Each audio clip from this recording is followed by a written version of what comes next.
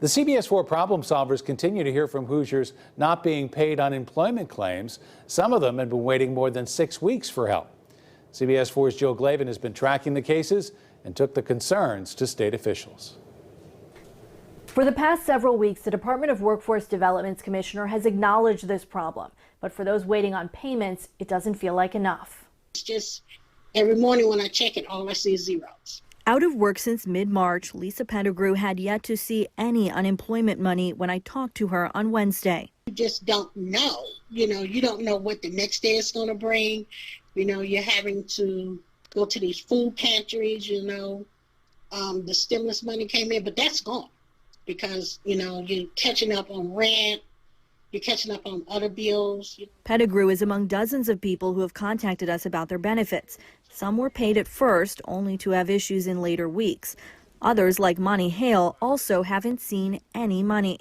I have 6 vouchers in now, and I've received 0. Yeah, I know of 4 other people at least that have not received any benefits and have filed just about the same time I did.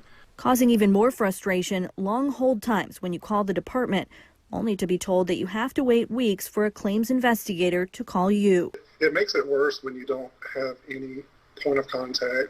You have no light at the end of the tunnel. I plan a whole day if I have to contact unemployment. I just want to know, are they trying to do anything to help with the backlog? There's nothing in us that thinks it's okay for people to be waiting these 6 or 7 weeks. We want to do better than that. I took Hoosiers' concerns to the department's chief of staff, Josh Richardson, who told me the state has tripled its number of claims investigators to more than 300. But with hundreds of thousands of Hoosiers filing for unemployment, even a small percentage of claims with issues has piled up. A lot of little things combining to be this gigantic body of work that we're really working to make sure that we staff up enough to resolve. Richardson told me his staff is prioritizing people who have been waiting the longest, but it does not plan to add any option to contact the department outside of the same call center that remains overwhelmed.